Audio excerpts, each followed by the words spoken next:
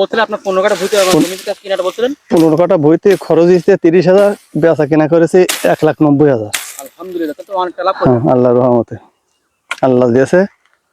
সমস্যা টক কুল এটা সাদা টক হয়, সাদা টক বলে। সাদা টক। এ কুলি মারবো তো আমরা বুঝি না, ওই ঢাকালারা খায়, এ আমরা গেলে দেখি খাই না। এই কুল কি আপনি ঢাকা চলছে না? হ্যাঁ, ডাইরেক্ট ঢাকায় চলে যায়। তাহলে যাদের প্রত্যেক জমি আছে তারা চাইলে এরকম টক কুল লাগিয়ে স্বাবলম্বী হতে পারে। হ্যাঁ হ্যাঁ অনেকে আছে কিন্তু আপনার জমি কিন্তু ফেলা নাই, হ্যাঁ হ্যাঁ তাদের উচিত এরকম ফুল গাছ লাগিয়ে স্বাবলম্বী হওয়া, কারণ ট্রিটমেন্ট খরচ কম, ফলন বেশি, দামও ভালো পাওয়া যায়। দামও ভালো।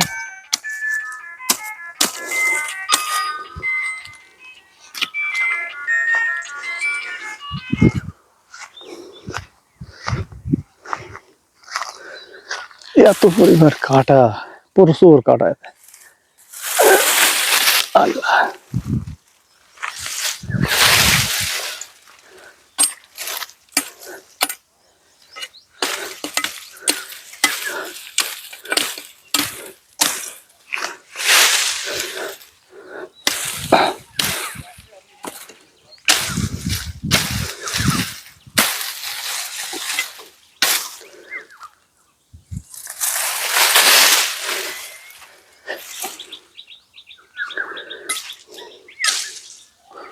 ভাই হাতে গ্লাস করেন ভাই?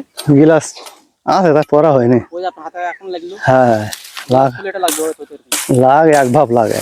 কাটা খুব সাংঘাতিক, যতই খেয়াল করেন না কেন এ দু একটা কাট করে ফুটবেই। অগাধ কাটা না। আর এই ডালগুলো তো আপনার এখন মানে জ্বালানি হিসেবে, হ্যাঁ হ্যাঁ হ্যাঁ হ্যাঁ, মানে কুল গাছে কুল বেঁচে লাভ, আবার এদিকে জ্বালানিতে লাভ, জ্বালাতে লাভ, সব দিতে লাভ। হ্যাঁ, আবার ট্রিটমেন্ট খরচ কম। হ্যাঁ, এই 1 বছর জ্বালাবো। এই জন্য উচিত প্রত্যেকটা জায়গায় কুল বাগান করা।